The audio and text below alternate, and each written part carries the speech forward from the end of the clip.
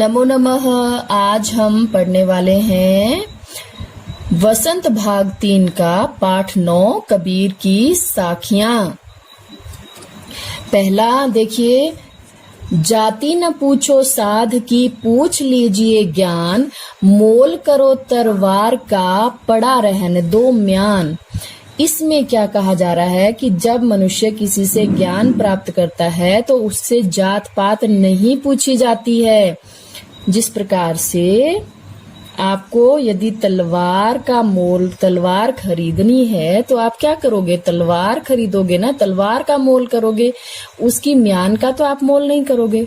इसलिए यहाँ पर क्या कहा जा रहा है, कबीर दास जी कह रहे हैं कि हमें मनुष्य को जो है जाति नहीं पूछनी चाहिए। साध की मतलब साधु की, जो ज्ञानवान व्यक्ति है, ज्ञानी व्यक्ति है, उसकी जाति नहीं पूछनी चाहिए। पूछ लीजिए ज्ञान।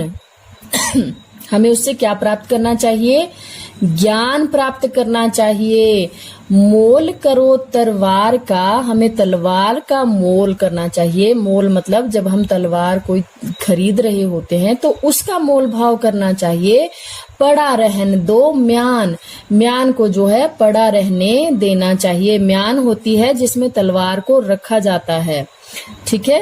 तो जब हम मनुष्य जो है, जब जैसे हम तलवार को खरीदते हैं तो केवल तलवार का मोल कीजिए, उसके म्यान का कोई मोल नहीं है। उस प्रकार से साधु से उसकी जाति ना पूछो, उससे उसका जो है ज्ञान साझा करो, उससे ज्ञान बांट लो। दूसरा देखिए, आवत गारी एक है उलटत होई अनेक, कह कबीर नहीं उलटिए वही एक की एक। अब आवत गारी एक है कि आप जब किसी से आक्रोश में आकर गाली गलौज करते हो तो क्या होता है कि जब आप आवतगारी एक है कि आपकी तरफ एक गाली आती है, उलटत होई अनेक, किंतु यदि आप उसको वापस गाली का जवाब गाली से दे दोगे तो वो होई अनेक मतलब वो बढ़ जाती है, बहस बढ़ जाती है, झगड़ा बढ़ जाता है, ठीक है। जब आपके प्रति कोई अपशब्द कहता है तो आपको क्या करना चाहिए? उसको सहन करना चाहिए, क्योंकि यदि आप उलटत मतलब उलटकर उससे बहस करने लग जाते हो तो वहां पर जो है झगड़ा बढ़ जाता है। इसलिए कह कबीर नहीं उलटिए, इसलिए कबीर दास जी कहते हैं कि आप उसे उलटिए नहीं, यानी कि जब कोई आपको अपशब्द कह रहा है तो आप उसका जवाब अपशब्द से ना दें।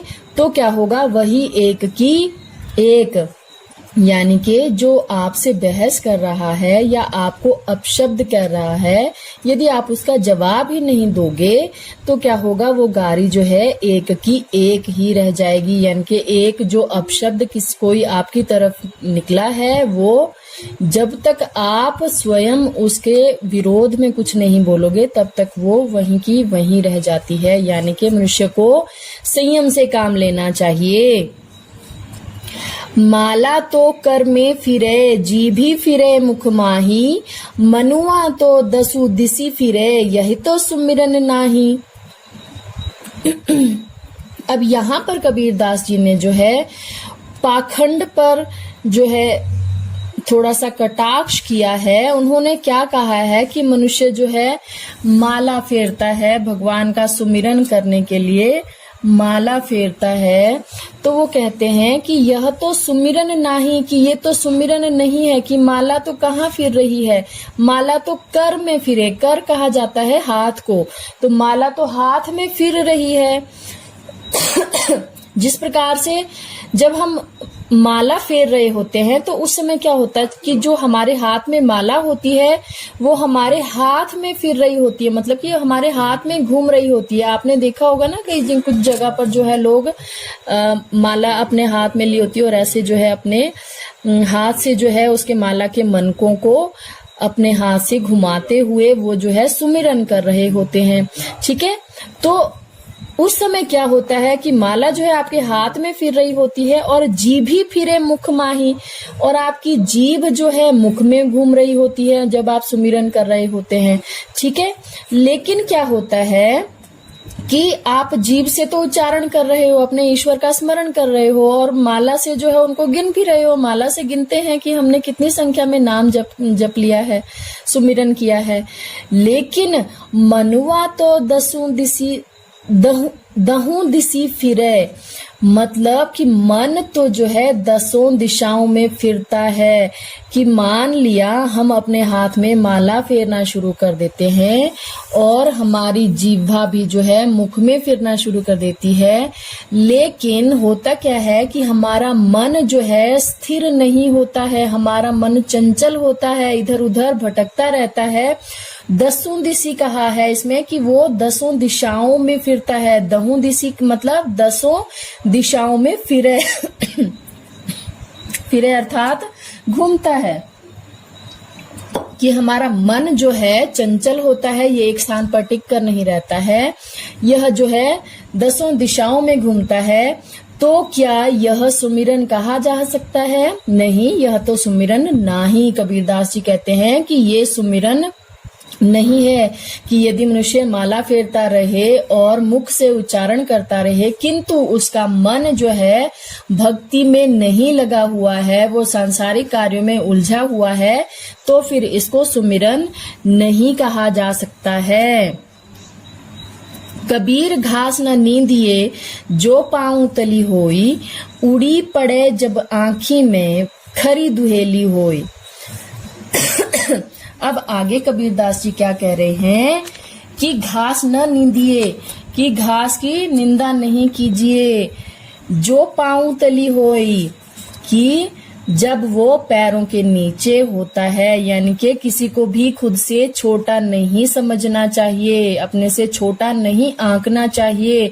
मान लीजिए आप घास को नींदिए, मतलब उदाहरण देकर कहा गया है यहाँ पर कि किसी को आप छोटा समझकर यदि उसकी निंदा करते हैं तो वो आपके लिए किस हद तक घातक हो सकता है, वो इस साखी में आपको बताया गया है कि कबीर घास न नींदिए जो पाँव तली होए, कि जब वो पैरों तले होता है तो आप उसको नींदिए मतलब मसलिए नहीं, मतलब उसकी निंदा मत कीजिए कि वो घास है, इसके ये हमारा कुछ नहीं बिगाड़ सकता, आप उसको पैरों तले रौंद रहे हो। किंतु उड़ी पड़े जब आँखी में खरी दुहेली होई, वही घास जब तिनके के रूप में उड़कर आपकी आंखों में आता है तो खरी दुहेली होई, आपकी आंखों को जो है बहुत बुरी तरह से दुखा कर चला जाता है, मतलब कि आपकी आंखों को वो कष्ट पहुंचाकर चला जाता है। इसलिए किसी को भी छोटा नहीं समझना चाहिए।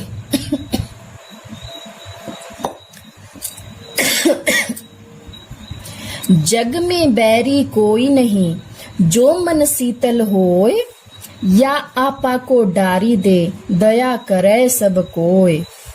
यहाँ पर क्या कहा जा रहा है कि संसार में बैरी कोई नहीं, बैरी यानी कि आपका शत्रु कोई नहीं है संसार में। कब तक?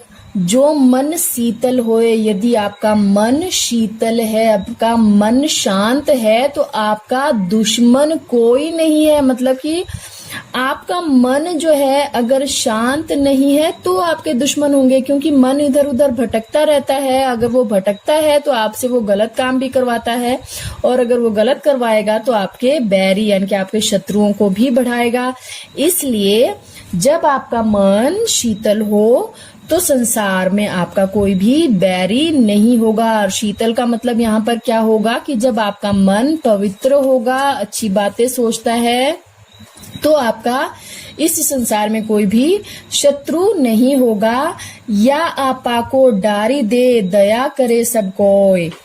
या आपा मतलब यह आपा का है, यहाँ पर कहा गया है अहंकार को, अहं को। ठीक है, डारी दे मतलब त्याग दे, डारी का अर्थ होता है त्याग दे। या आपा को डारी दे यानी कि इस अहंकार को, जो हमारे मन में छिपा हुआ अहंकार है, उसका आप त्याग कर दो। दया करे सब कोई, तब देखिए कि हर कोई आप पर दया करेगा, आपसे प्रेम करेगा। अब यहाँ पर उन्होंने क्या समझाया है कि यदि मनुष्य का मन शीतल हो तो संसार में कोई भी बैरी नहीं होता। मनुष्य को अपने घमंड का त्याग कर देना चाहिए। दया करे सब कोई, तब उस पर हर कोई दया करता है। इस तरह से आज ये पाठ 9 कबीर की साखियां समाप्त होती हैं। धन्यवाद।